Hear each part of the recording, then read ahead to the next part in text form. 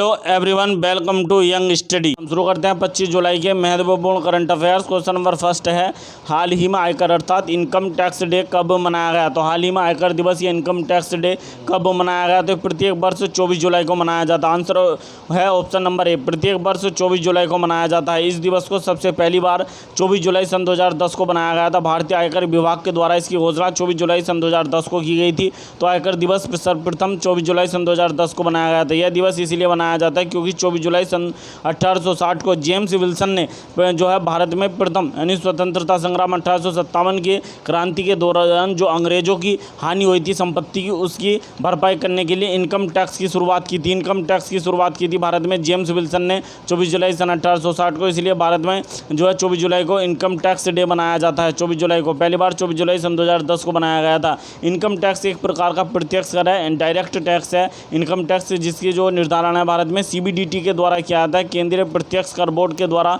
किया जाता है इनकम टैक्स का निर्धारण। ये जो केंद्रीय प्रत्यक्ष कर बोर्ड है CBDT, इसमें एक अध्यक्ष तथा 6 सदस्य होते हैं। वर्तमान में CBDT के अध्यक्ष जो हैं कौन है?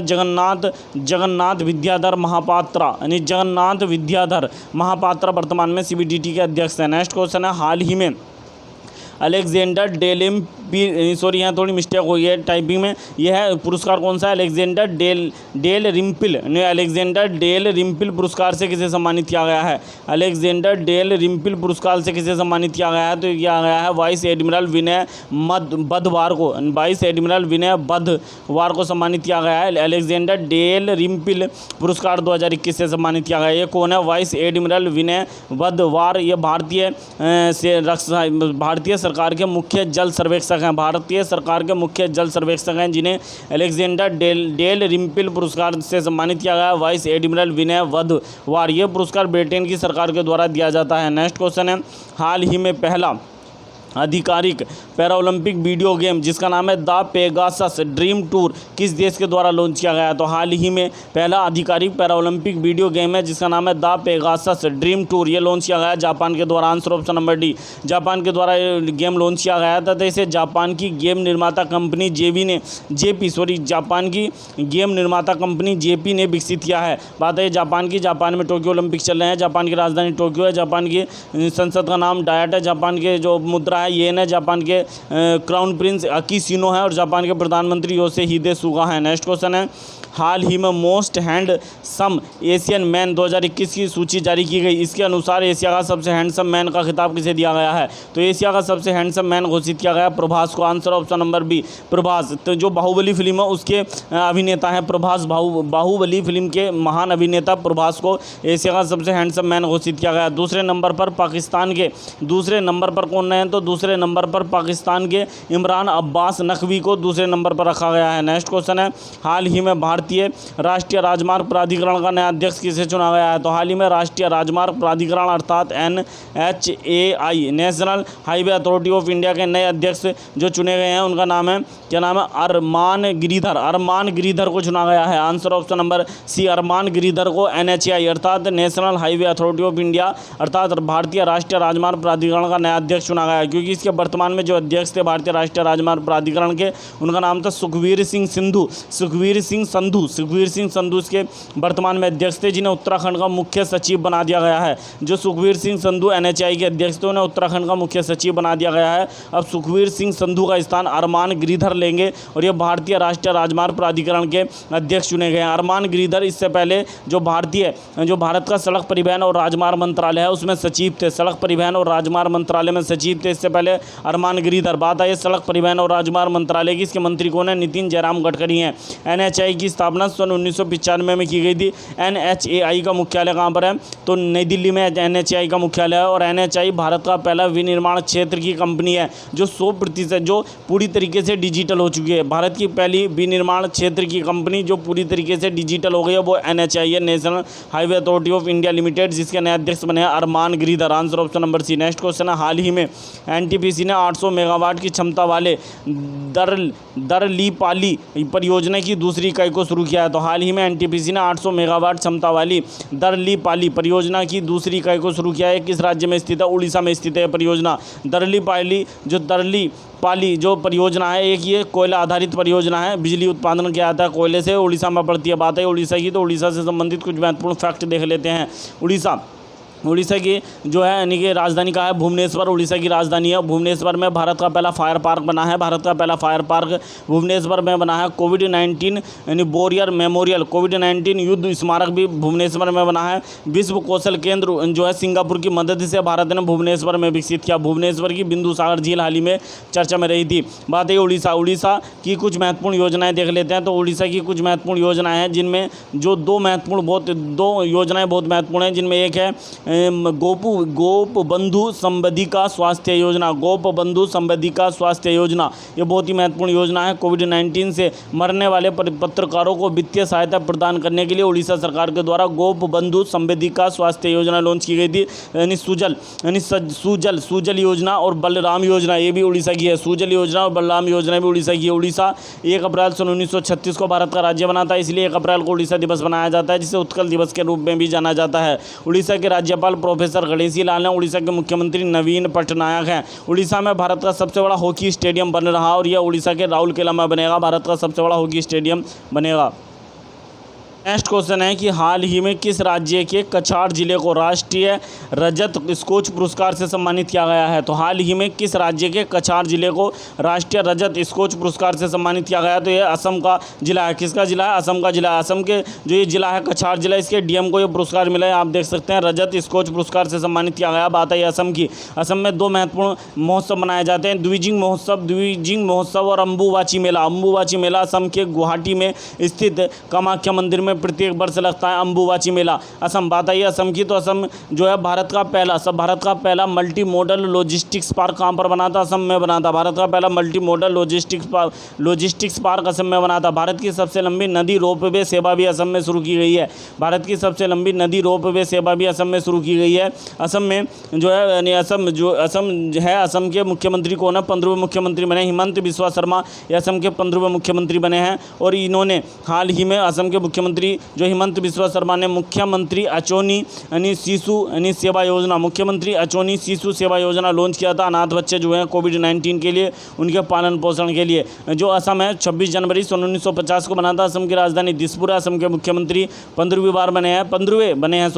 बने हिमंत बिस्वा शर्मा। और असम के राज्यपाल हैं प्रोफेसर जगदीश मुखी, असम के राज्यपाल हैं। असम जो सरकार है इसने राज्य लोक सेवा आयोग जो की परीक्षा होती है, राज्य लोक सेवा आयोग की परीक्षा में ट्रांसजेंडर को मान्यता देने वाला भारत का पहला राज्य भी असम है। ट्रांसजेंडर जो लोग होते हैं, ट्रांसजेंडर कम्युनिटी को संघ लोक सेवा आयोग की परीक्षाओं में अनुमति देने वाला भारत का पहला राज्य भी असम है। नेक्स्ट क्वेश्चन है हाल ही में किस देश में अंतर्राष्ट्रीय सौर गठबंधन के साथ समझौता किया? तो हाल ही में किस देश ने अंतर्राष्ट्रीय सौर गठबंधन इंटरनेशनल सोलर अलायंस के साथ समझौता किया? तो क्या स्वीडन ने। Answer option number C, Sweden ने किया। स्वीडन की राजधानी स्टॉकहोम है। स्वीडन की मुद्रा क्या है? कोरोना स्वीडन की मुद्रा है। बात है इंटरनेशनल सोलर अलायंस की। इंटरनेशनल सोलर अलायंस इसका मुख्यालय जो है गुरुग्राम में इसका मुख्यालय है।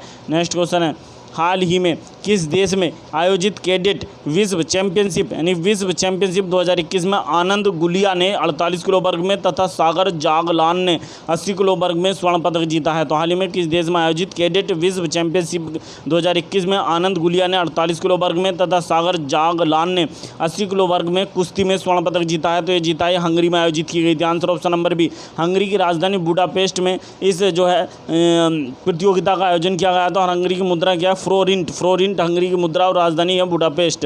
यहाँ आप देख सकते हैं यह है अमान गुलरिया जिन्होंने 48 किलो वर्ग में जीता है गोल्ड मेडल। और ये हैं जगलान, इन्होंने 80 किलो वर्ग में गोल्ड मेडल जीता है। नेक्स्ट क्वेश्चन है हाल ही में शिक्षा मंत्रालय ने किस देश में देश के बाहर दूसरा नीट स्नातक परीक्षा 2021 के लिए केंद्र स्थापित किया है? तो हाल ही में शिक्षा मंत्रालय ने किस देश में देश के बाहर दूसरा नीट स्नातक परीक्षा जो है 2021 के लिए केंद्र स्थापित किया है? तो क्या है? संयुक्त अरब अमीरात में। आंसर ऑप्शन नंबर ए, संयुक्त अरब अमीरात में दूसरा नीट परीक्षा के लिए जो है देश के बाहर केंद्र बना है। कहाँ पर? संयुक्त अरब अमीरात के एक शहर दुबई में बना है ये। संयुक्त अरब अमीरात का शहर है दुबई, यहाँ पर ये खोला गया है। नीट दूसरा है, ये पहली बार दूसरा है। नीट स्नातक परीक्षा 2021 के लिए केंद्र दुबई में खुला है। बात है दुबई संयुक्त अरब अमीरात का एक शहर है। संयुक्त अरब अमीरात की राजधानी अबू धाबी है। संयुक्त अरब अमीरात की मुद्रा दिरहम है। जबकि नीट स्नातक परीक्षा 2021 के लिए पहला जो केंद्र है वो कुवैत में खोला गया था, कुवैत में, और दूसरा संयुक्त अरब अमीरात के शहर दुबई में खोला गया। बात आई है शिक्षा मंत्रालय की, तो भारत के शिक्षा मंत्री कौन है? धर्मेंद्र प्रधान भारत के शिक्षा मंत्री हैं। नेक्स्ट क्वेश्चन है, हाल ही में किस देश के विदेश मंत्री अब्दुल्ला हामिद भारत के दौरे पर आए हैं? तो हाल ही में किस देश के विदेश मंत्री अब्दुल्ला हामिद भारत के दौरे पर आए हैं? तो यह मालदीव के विदेश मंत्री। Answer option number B, Maldives के विदेश मंत्री हैं यानी अब्दुल्ला हामिद। और अब्दुल्ला हामिद यूएनओ जो है संयुक्त राष्ट्र संघ के 76वें सत्र के अध्यक्ष भी चुने गए हैं। तो संयुक्त राष्ट्र संघ के 76वें सत्र की जो अध्यक्षता है वो भी मालदीव के विदेश मंत्री अब्दुल्ला हामिद करेंगे। ये संयुक्त राष्ट्र संघ जो है उसके 76वें सत्र की अध्यक्षता करेंगे। संयुक्त राष्ट्र संघ में भारत के स्थायी प्रतिनिधि कौन है? टी.एस. त्रिमूर्ति भारत के स्थायी प्रतिनिधि हैं संयुक्त राष्ट्र संघ में। जबकि उप स्थायी प्रतिनिधि, आपको बात ध्यान रखनी है, उप स्थायी प्रतिनिधि कौन है? के नागराज नायडू भारत के संयुक्त राष्ट्र संघ में उप स्थायी प्रतिनिधि हैं, जिन्हें अब्दुल्ला हामिद ने अपना सेफ कैबिनेट चुना है। सेफ कैबिनेट चुना था अब्दुल्ला हामिद ने। और वो जो स्थायी प्रतिनिधि हैं भारत के वो हैं टी.एस. त्रिमूर्ति, उप स्थायी प्रतिनिधि है के नागराज नायडू। तो अब्दुल्ला हामिद जो है संयुक्त राष्ट्र संघ के 76वें सत्र की अध्यक्षता करेंगे और मालदीव के विदेश मंत्री हैं। हाल ही में विदेश मंत्री, हमारे विदेश मंत्री एस जयशंकर और प्रधानमंत्री नरेंद्र मोदी से इन्होंने दिल्ली में मुलाकात की है। बात आई मालदीव की राजधानी माले है। मालदीव की मुद्रा रुपया है। मालदीव की संसद का नाम क्या है? मजलिस। मालदीव की संसद का नाम है। मालदीव के जो राष्ट्रपति हैं उनका नाम है इब्राहिम मोहम्मद सालेह। इब्राहिम मोहम्मद सालेह ये मालदीव के राष्ट्रपति हैं। मालदीव के राष्ट्रपति। मालदीव में भारतीय राजदूत कौन है? तो मालदीव में भारतीय राजदूत है संजय सुधीर। संजय सुधीर मालदीव में भारतीय राजदूत है। भारत मालदीव में अड्डू अटोल द्वीप पर पर्यटन केंद्र खोला है। यानी जो भारत है मालदीव के अड्डू अटोल जो द्वीप है वहाँ पर पर्यटन के रूप में उन्हें विकसित कर रहा है। और अड्डू जो अटोल है, अटोल जो द्वीप है इसमें भारत ने अपना वाणिज्य दूतावास भी खोला है। नेक्स्ट क्वेश्चन है, हाल ही में किसे America India business council global board के सलाहकार के रूप में नामित किया है? तो हाल ही में किसे America India business council global board के सलाहकार के रूप में नामित किया है? तो ये नामित किया केनेथ जस्टर को। आंसर ऑप्शन नंबर है, केनेथ जस्टर को नामित किया। केनेथ जस्टर अमेरिका के पूर्व भारतीय राजदूत है। भारत में जो अमेरिका के पूर्व राजदूत रहे थे केनेथ जस्टर, अब इन्हें America India business council global में नामित किया गया है। नेक्स्ट क्वेश्चन है, हाल ही में सर्वोच्च न्यायालय ने सहकारी समितियों से संबंधित संविधान संशोधन के प्रावधानों में यानी कि जो है प्रावधानों करने का निर्णय लिया, प्रावधानों में संशोधन करने का निर्णय लिया है। तो हाल ही में सर्वोच्च न्यायालय ने सहकारी समितियों से संबंधित किस संविधान संशोधन के प्रावधानों में जो है बदलाव करने का निर्णय लिया है? तो ये बदलाव करने का निर्णय लिया 97 संविधान संशोधन हुए थे ये, और ये 2011 में हुआ था 97 संविधान संशोधन जो यानी सहकारिता जो सहकारी समिति हैं उनसे संबंधित है। ये बात है सहकारिता की। तो भारतीय सरकार ने भारत में पहली बार सहकारिता मंत्रालय बनाया गया है। और इसके प्रथम मंत्री कौन बने हैं? तो भारत के प्रथम सहकारिता मंत्री बने हैं, उनका क्या नाम है? अमित शाह भारत के प्रथम सहकारिता मंत्री बनाए गए हैं। तो ये 97वां संविधान संशोधन सहकारिता से संबंधित था और इसमें सुप्रीम कोर्ट ने इसके प्रावधानों में संशोधन करने की बात करी है। सुप्रीम कोर्ट के वर्तमान में अध्यक्ष एन.वी. रमन हैं जो 48वें मुख्य न्यायाधीश हैं। नेक्स्ट क्वेश्चन है, हाल ही में किस संगठन ने एशिया और अफ्रीका के किसानों के लिए एग्रीटेक चैलेंज 2021 को लॉन्च किया है? तो हाल ही में किस संगठन ने एशिया और अफ्रीका महाद्वीप के किसानों के लिए एग्रीटेक चैलेंज 2021 को लॉन्च किया है? तो ये लॉन्च किया UNCDF ने। Answer option number D, UNCDF। इसकी फुल फॉर्म क्या होती है? UNCDF की फुल फॉर्म होती है United nation capital development fund. United nation capital development fund के द्वारा ये जो है योजना को लॉन्च किया गया है। UNDP का मुख्यालय कहाँ पर है? UNCDF का मुख्यालय न्यूयॉर्क में है। और UNCDF का स्थापना सन 1966 में की गई थी। इसकी फुल फॉर्म होती है United nation capital development fund. Next question है, हाल ही में किस राज्य की सबसे बुजुर्ग शिक्षार्थी भागीरथी अम्मा का निधन हो गया है? तो हाल ही में किस राज्य की सबसे बुजुर्ग ये विद्यार्थी थी अर्थात शिक्षार्थी थी भागीरथी अम्मा, इनका निधन हो गया? तो ये केरल की थी। आंसर ऑप्शन नंबर है, किस राज्य की थी? केरल की सबसे अधिक उम्र की परीक्षार्थी यानी कि शिक्षार्थी थी। आप देख सकते हैं ये थी यानी ये अम्मा, इनका नाम था भागीरथी अम्मा और ये 107 साल की थी। इन्हें नारी शक्ति पुरस्कार से भी सम्मानित किया गया था 2021 में। नेक्स्ट क्वेश्चन है, हाल ही में लॉन्च पुस्तक एन ऑर्डिनरी लाइफ पोर्ट यानी portrait of an Indian generation के लेखक कौन है? तो हाल ही में लॉन्च पुस्तक an ordinary, very very important है, an ordinary life portrait of an Indian generation, इसके पुस्तक के लेखक हैं Ashok Lavasa. Answer option number B Ashok Lavasa. Bharat के पूर्व चुनाव आयुक्त अशोक लवासा के द्वारा, भारत के पूर्व चुनाव आयुक्त अशोक लवासा के द्वारा लिखी गई पुस्तक है एन ऑर्डिनरी लाइफ यानी portrait of an Indian generation. Answer option number B आप देख सकते हैं, ये है वो पुस्तक an ordinary life. Next question है, हाल ही में लॉन्च पुस्तक रेनगेट्स बॉर्नर इन द यूएस, इनके लेखक अमेरिका के पूर्व राष्ट्रपति बराक ओबामा तथा अमेरिका के महान सिंगर ब्रूस स्प्रिंगस्टीन के द्वारा संयुक्त रूप से लिखी गई है। तो हाल ही में ये पुस्तक लॉन्च की गई है, रेनगेट्स बॉर्न इन द यूएस, ये हाल ही में ये पुस्तक लॉन्च की गई है। इस पुस्तक के लेखक अमेरिका के पूर्व राष्ट्रपति बराक ओबामा और अमेरिका के महान सिंगर ब्रूस स्प्रिंगस्टीन के द्वारा ये लिखी गई है। नेक्स्ट क्वेश्चन है, हाल ही में महाराष्ट्र के राज्यपाल ने किसके द्वारा लिखी गई पुस्तक कश्मीर की क्यारी में आग की लपटें आखिर कब तक का विमोचन किया है? तो हाल ही में महाराष्ट्र के राज्यपाल को ना भगत सिंह कोश्यारी ने किसके द्वारा लिखी गई पुस्तक कश्मीर की क्यारी में आग की लपटें आखिर कब तक, इसका विमोचन किया है? तो लिखी गई है बीना बुडकी के द्वारा लिखी गई पुस्तक है। आंसर ऑप्शन नंबर ए बीना बुडकी के द्वारा लिखी गई पुस्तक है। आप देख सकते हैं ये वो पुस्तक है और इसका विमोचन भगत सिंह कोश्यारी के द्वारा किया गया है। नेक्स्ट क्वेश्चन है, हाल ही में यू ग्रो कैपिटल ने किस बैंक के साथ एमएसएमई उद्योग के लिए है सह उधार साझेदारी समझौते पर हस्ताक्षर किया? तो हाल ही में यू ग्रो कैपिटल ने किस बैंक के साथ एमएसएमई उद्योग के लिए सह उधार साझेदारी समझौते पर हस्ताक्षर किया है? तो ये क्या है? बैंक ऑफ बड़ौदा के साथ। Answer option number C, bank of Baroda के साथ समझौता किया गया है। बैंक ऑफ बड़ौदा की जो है मुख्यालय कहाँ पर है? बड़ोदरा में है। और बैंक ऑफ बड़ौदा के वर्तमान में प्रमुख संजीव चड्ढा हैं। बैंक ऑफ बड़ौदा की टैगलाइन है India's international bank, bank of Baroda की टैगलाइन है। और बैंक ऑफ बड़ौदा की स्थापना सन 1908 में की गई थी। नेक्स्ट क्वेश्चन है, हाल ही में किस यानी आईआईटी संस्थान ने ड्रोन के लिए साइबर सुरक्षा खोजने के लिए प्रौद्योगिकी नवाचार केंद्र को लॉन्च किया? तो हाल ही में किस आईआईटी ने प्रौद्योगिकी नवाचार केंद्र को लॉन्च किया ड्रोन के साइबर सुरक्षा के लिए खोजने के लिए? तो ये लॉन्च किया आईआईटी कानपुर ने।